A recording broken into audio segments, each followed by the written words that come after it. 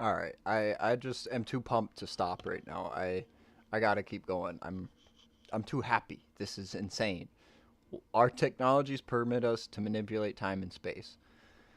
Okay, that's true. That's the UFO side of thing. That's the teleportation side of things. That's incredible. We can do that. On Earth, when we're not teleporting and flying around, what do we need to power our devices? What are those devices we even want? Because I don't know about you guys, I don't want all this junk. I want real stuff to build with. I want machines that don't cost $50,000 just to make precise cuts. I want to buy lumber at a fairly reasonable price, or all of just simple stuff that allows me as a inventor to make things more easily. That's all I want. So I want abundance in terms of material things and prosperity individually. I want you to be able to do everything you want to do as long as it's within, whatever. You should be able to do whatever you want to do. Abundance is right at our frickin' doorstep. We can use water to power everything. Stanley Meyer figured it out way back in the day. There's other folks figuring it out now too. I've got a couple buddies that I've met along the way doing it themselves. What?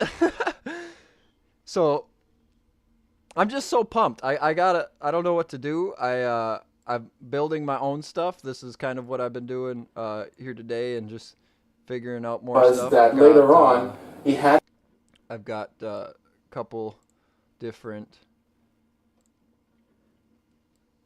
prototypes I've been working on, and here's one of them. It's going to be a infinitely powered light bulb. What they are neons, and obviously you can see they flash and then go out pretty quick because my circuit isn't good. But that was the first prototype. Actually, I take that back. That wasn't the first prototype. This was the first prototype, and the battery died. It's just a regular LED because that doesn't work very well, and it's not good at all. This was the second prototype, second or third. This one actually does work, and that supercapacitor charges instantly, but it's not very efficient, so it goes out pretty quick because the batteries, or the one battery, can suck up this supercapacitor charge after it's turned off, but it's not extremely efficient, so you're not going to run anything off of this, but it will go for pretty much ever as long as the battery stays stable. Where am I even going with this? It's just the best day ever. It's a little bit rambunctious, I guess I am right now, but whatever. Let's just play the SpongeBob tune, right? I don't think I can get Feeling so extra ecstatic, it's the best day ever. Hey, Gary. Why is this the best day ever, you ask? Because, Gary, I get to start this wonderful day bringing life to a whole new generation of delicious Krabby Patties. Followed. I don't know about Krabby Patties, but we can bring life to any world, any planet that we choose to. We can seed the stars if we want to. If we're allowed to. I don't know. I don't know what's not possible. I don't think black holes are real, but I think you can make synthetic black holes, quote unquote. I think we can do just about anything we want to. I think there's loads of different ways to get electrical power. Okay. Water seems to be a good source, but I think you could do it with just 2 coils. Now, I haven't figured out how to do this precisely, but there's a way to create an inductive feedback where, let's just say you have 2 copper coils, right? This one is your driving coil. This one is your pickup coil. It's like an antenna and receiver system. Your driver coil pulses at a certain frequency that your pickup coil can get. Your pickup coil is not directly connected to your sending coil, so there's no direct hysteresis. It's all an ambient energy field. an ambient electric charge that you can pick up on your secondary. Your secondary, you can dump and tap, and it will still be resonant with the first driving coil. So I don't know how far that one can go when you're just straight up capturing the ambient energy in an area. That could be limitless. I have no idea, but water's another way to do it. Coils are another way to do it. Sticking a copper pipe in the ground and then running some diodes and rectifiers and inverters off of that, that's a way to do it. Infinite energy sits at your doorstep if you pick up some physics textbooks and decouple from the grid and circuits, or the grid circuitry, because 120 hertz or 120 volt 60 hertz AC is literally the most it's probably the most destructive current of electricity we could run through our house. It's the worst form of energy in the known universe, probably. It's just not at all conducive to anything bearing life. It works because, charges flow and you can capture that regardless, but the way that it does it is not at all tuned to nature. 60 hertz 120 volt AC is like, it's like trying to surf the natural waves in an ocean, but your board is way too long and you just end up sinking. It's not good. You can get a little bit farther with naturally riding the wave, I guess. That's a terrible analogy. But yeah, what a day. What a beautiful post. What a beautiful statement from this man, Michael. What's his name? Michael Krastios. In other parts of the world. Incredible. Our cars just do not. Absolutely incredible. We're winning. Okay? This is the thing. You pick up a physics textbook, you learn the reality of the universe, you're like, okay, this is it. You start winning. Your attention is tuned to nature. Nature is never going to fail. The universe is here. It's created. It's not failing. Okay? It's constantly growing. You can do that too. That's the whole goal of life, right? Is to constantly grow, never stop learning. You can do that. You can learn the reality of our universe. You're so much smarter than you think you are. And I've told that to people and they get mad about it. They're like, no. Let's look up the fusion experiment. Why don't we? Z-pinch fusion.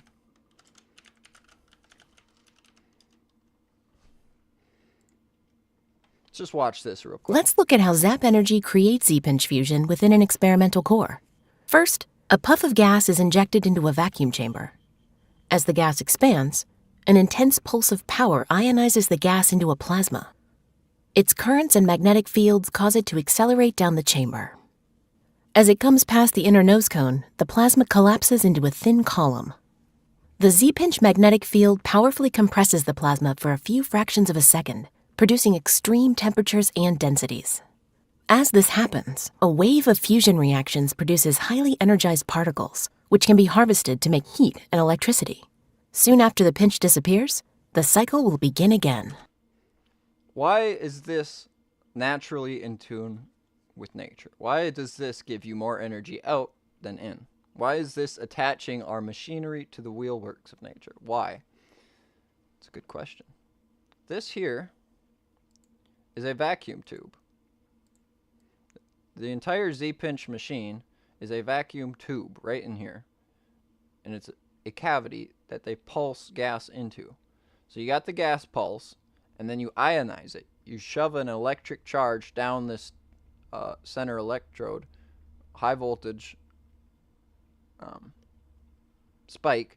You pulse your electrode after you've injected your gas into the vacuum tube, and it will naturally follow along the magnetic field lines of this electrode, okay?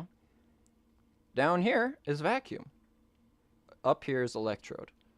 As the plasma that is now attached to the high-frequency electric charge on this electrode follows the magnetic field lines, it will collapse down into a Z-pinch. Why does a Z-pinch give you more energy? because, for one, it's in a vacuum. For two, your electron is collapsing. Your charges are collapsing, which is an implosion. Implosion science is the new name for gravity. Implosion science will teach you how to basically make everything. It's what life is doing. It's constantly imploding. You're gathering all of the ambient charge and nutrients from your body. All of that is constantly being imploded in your heartbeat. The earth does it. That's what this machine is doing. So we're attaching our machinery to the wheelworks of nature. That's what this implosion science does. That's what Tesla was talking about. What did Tesla get wrong? Ratio and frequency. The ratio from the pickup and send points are phi harmonic, according to Dan Winter, and also what I believe. So it's, you got your phi harmonics all around your sending signal, and then you can put a pickup coil anywhere around that for efficient energy transfer. That's the ratio. Frequency, 60 hertz, not good. Not conducive to anything living. And AC itself is an alternating current, so it's trying to implode, but at 60 hertz it can't. It's not a caduceus. It doesn't have parametric resonance. It doesn't have that capability. You can make a system with 60 hertz parametric resonance, but it's not natural like 50 hertz is. So that's where Tesla went wrong. And this is implosion science, the key to understanding gravity, life, and the cause of consciousness, according to Dan Winter, and also my thoughts as well. So this right here, this Z-pinch fusion device, is so much more than that. It is a toroidal moment, a dipole moment, asymmetrical capacitor. It's a ton of things. There's lots of names for what this thing will do. And if you just open it up on the bottom end here, you just cut this end off and still try to keep a vacuum here with like a pump of some kind and still pulse your gas, you could probably have a UFO. That's my theory. I think you throw a diaphragm on the bottom of that with some baffling technology and continue the same process up here. You throw that around your craft or on the bottom of it, I think you've got a UFO. That's that's field propulsion. And I think that's what that is. I think that's the I think the Z-pinch is the catalyst for pretty much all the cool technologies. I think your voice itself is a Z-pinch. When you speak, I think that's what you're doing. You're using the natural vacuum that's in your throat, resonating it at a certain frequency, which is what my voice sounds like. That's the frequency coming out of me from that Z-pinch. So when your throat is wiggling, it's doing what this is doing, just on a multi-factored scale and with much with a more direct purpose, like speaking. And it's that's what your voice is used to speak. So a Z-pinch, implosion, gravity, all of that is tied together, and it's a wonderful and beautiful electric universe. So yeah, just what a good day. What an absolutely beautiful day. And you know, it's hard to get down when you know how bees fly. Okay, bees themselves are doing this, just with two wings on the side of them in a central cavity. So you can imagine like an electrode over here and an electrode over here, and they're both Z-pinching into this cavity, into this vacuum cavity in the middle of them to generate a little bit of extra lift, which also allows pollen to stick to them easier when they fly, which is why they can cross-pollinate and why bees are so amazing. Bees are absolutely incredible creatures, and I truly believe that they generate a little bit of anti-gravity. Maybe not a full anti-gravity effect, but there's a little bit there. And, you know, people have done experiments with bees flying in vacuums, I don't think. I think they need a little bit of air. I think you need a little bit of air for a bee to have that electric anti-gravity effect. It's just the air molecules are ionizing around the bee. So I don't think it'll work in a vacuum because the bee doesn't have enough strength. But I think it is anti-gravity. So it's a little bit, it's a hang up there people can get caught up on. Just my opinion. I could be wrong. I haven't tested any of this. I don't have the money to test this. I went to tech school for welding. Okay. I've always wanted to learn. I just never thought. A little bit of backstory. Okay. Growing up here in northern Minnesota, I'm on the Iron Range. Okay. Everybody told me welding is where it's at. You make so much money welding. I was like, oh my God, I could retire in like 5 years. Not the case. All the old people are still working. So I went into tech school because, one, college never seemed possible. Like, I did some college in high school, and I did a semester outside of high school. But it never seemed like I could possibly go anywhere with it, and it seemed like it was dumb anyways. Like, the one semester I went to college felt like high school, and I was paying for it. It was absolutely dreadful. I wanted to ask cool questions to my teachers, but guess what? They had to get to the next class. They had to talk to their other students. They couldn't sit there and listen to what I wanted to hear or what I wanted to learn. There's none of that. Literally, there's no collaboration. It's just homework and bullshit. Sorry for the profanity. Either way, college never seemed acceptable or possible, and here I am as a welder learning physics. So, whatever. Such is the case. Things are going to look up. I'm excited just to know about this. Like I said, it's hard to get down when you know how bees fly. Who else on the planet knows that? Maybe 500 people? And again, this is just a theory. I can't test this just yet, but I've got some ideas on how to. Yeah. Just what a life. Again, thanks for watching if you did. Appreciate it. My name's Dinger. You have a good one.